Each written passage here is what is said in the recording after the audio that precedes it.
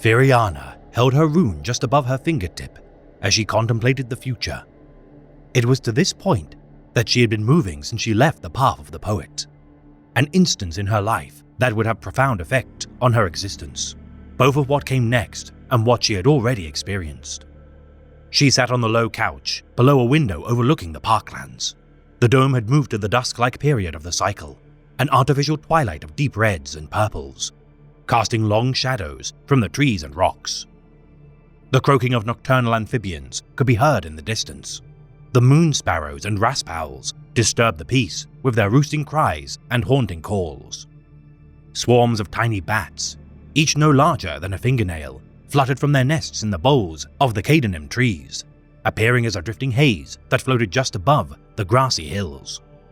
All of the calm of the scene was lost on Firiana as she studied the slowly revolving sigil of Wraithbone. She admired the craft her father had put into its making. At first glance, it appeared quite plain, a simple shape of 2 bars and 3 curves, encompassing the syllables of her name. On closer inspection, the surface was ripped with whorls and lines, almost invisible to the naked eye, like the print of a fingertip. Stranger still, the Wraithbone was not static. The pattern shifted slowly, so slowly it could not be seen, but it definitely changed from one cycle to the next in subtle ways. The design could be taken a map, perhaps, charting the possible futures being played out by Firiana's life. It might be a record of her past life, constantly updating as she moved across the skein of fate. For all Firiana knew, it might well be a simple conceit of her father, an embellishment of purely decorative value. Whatever the mutable pattern was, it could not offer Firiana any guidance on the matter at hand. There was no pressure to decide her course. She continued to practice her scrying and her psychic abilities, and in a sense, it was a choice in itself, a choice of non-commitment. It was tempting to use the rune to delve the future path, to see the consequences of one act or another on Firiana's life to come. It was for that very reason she had chosen the path of the seer, after all. Firiana is a Farseer of Craftworld Alatok. A veteran of the path of the warrior, having served as a dire avenger for many years, Firiana set aside her war mask, having followed in the footsteps of her slain mother. Following the path of the poet for a time as a dreaming partner of her long-standing friend, Corlandril the artist, though freed of the bloodlust of Cain, Firiana's fate would forever be changed with the return of another companion to Craftworld Alatok. Aradryan, wayfarer of the path of the steersman, would confess his feelings to Firiana, his brief arrival resurfacing tensions with Corlandril as both vied for her affections. Rejecting both as life partners, each would take to new paths to distract from their emotions. Aradryan hastily leaving Alatok to become an outcast, whilst Corlandril began the path as a warrior of the Striking Scorpions. Firiana likewise beginning her own journey along the path of the seer. Farseer Alatier warned that despite her tenure as a dire avenger, this trial would be far more dangerous. Mentored by the Farseer, Kelemith, as she began to harness her innate talent as a psyker, Firiana destroyed every verse of her poems as she fully commit to her new path. Training within the Infinity Circuit of Alatok, as she began to learn the tenets of the passing, the being, and the life, her quick mastery of the mind, being, and form impressed Farseer Kelemith greatly. Venturing into the skein of the Infinity Circuit within the arc of turning stars, every visit to the Chamber of Seers would improve Firiana's skill tenfold. Foreseeing the stirring of Alatok's Avatar of Cain, Firiana revisited her prior sanctuary as a dire avenger, the Shrine of 100 Bloody Tears, her mastery of the Witchblade now bolstered by her ability to retrieve her weapon telepathically should the need arise. Meeting with Aradryan with his uncharacteristically fast return to Alatok, his time as an outcast would be cut short as his crew relayed news that the Exodite world of Aelin Iliash was besieged by an orc invasion. Deployed to the war zone alongside Corlandril's Striking Scorpion retinue, within Hirith Reslain, the promising seer would merge her mind with Kelemith and peer into the skein of the future. Seeing the potential death of Corlandril during a duel with an orc warlord, Firiana set aside her own feelings as she and her tutor aided the rout of the enemy. Worried for her friend's fate as he continued to follow Cain's bloody path, with their return to Alatok, Firiana ventured into the webway alone using the Infinity Circuit's Eternal Matrix. Confronted by a demon of Slaanesh impersonating Corlandril, Firiana barely escaped damnation thanks to the efforts of Kelemith, who had foreseen her dabbling into the Immaterium.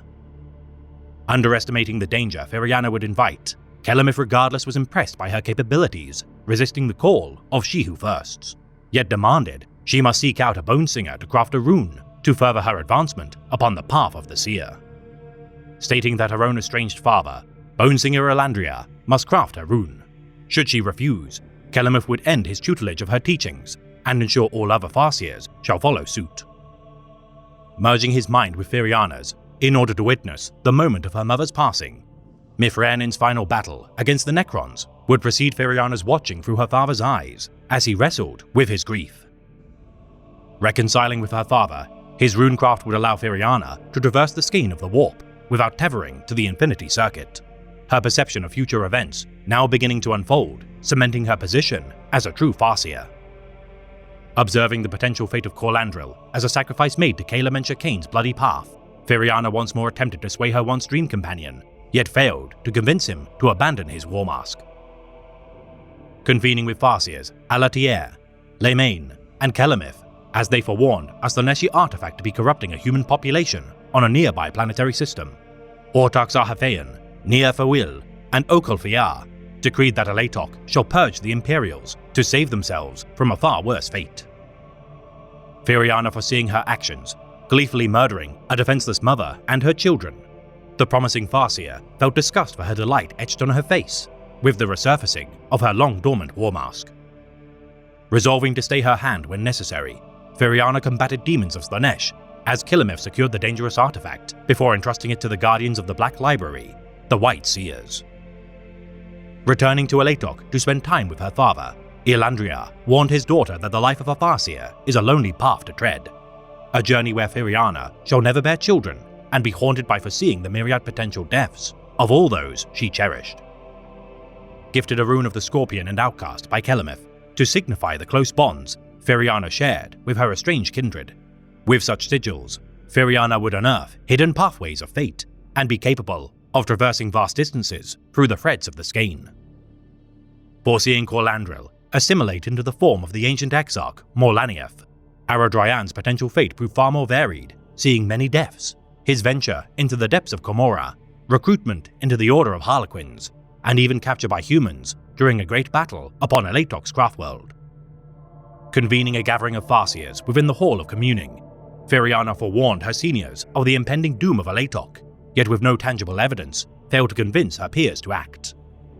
Meeting with Corlandril, now assimilated into the form of Morlaniath of the Hidden Death Shrine, a spirit stone within his form would call in a favor from her long-dead past to convince Ortac Arathius to ready for war.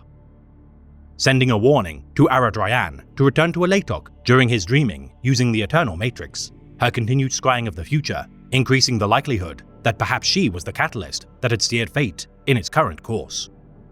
Farseer Kelemith, receiving word of the Ortac's decision, harnessing the power of the Orb of Elmarion Inn, the toll taken by the Infinity Circuit and his peers to activate its powers of divination, proved worthwhile as Firiana's proclamations of doom proved true.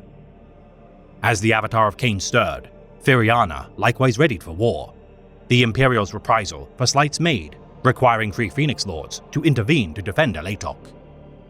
As Malgan Ra, Baharoth, and Karandras rallied their respective aspect warriors for war, the Avatar of Cain strode from its throne room, the Imperial spearheaded by the Sons of Ora and their chapter master, Akal Nadeus. Awakening the Wraithguard within Alatok's well of silent affection, with her preparation duties fulfilled, Firiana fought the invaders of her home, striking down a venerated Space Marine librarian during the fray. Repelling the Imperials during the final battle within the Dome of Crystal Seers, alongside Aradryan, his efforts to parley with the Sons of Ora chapter master, preventing mutually assured destruction as Nadeus called off the assault. More than a third of Alatok lay in ruins as thousands of dead littered its domains, yet still it endured, the efforts of Farseer Firiana preventing her people's extinction at great cost.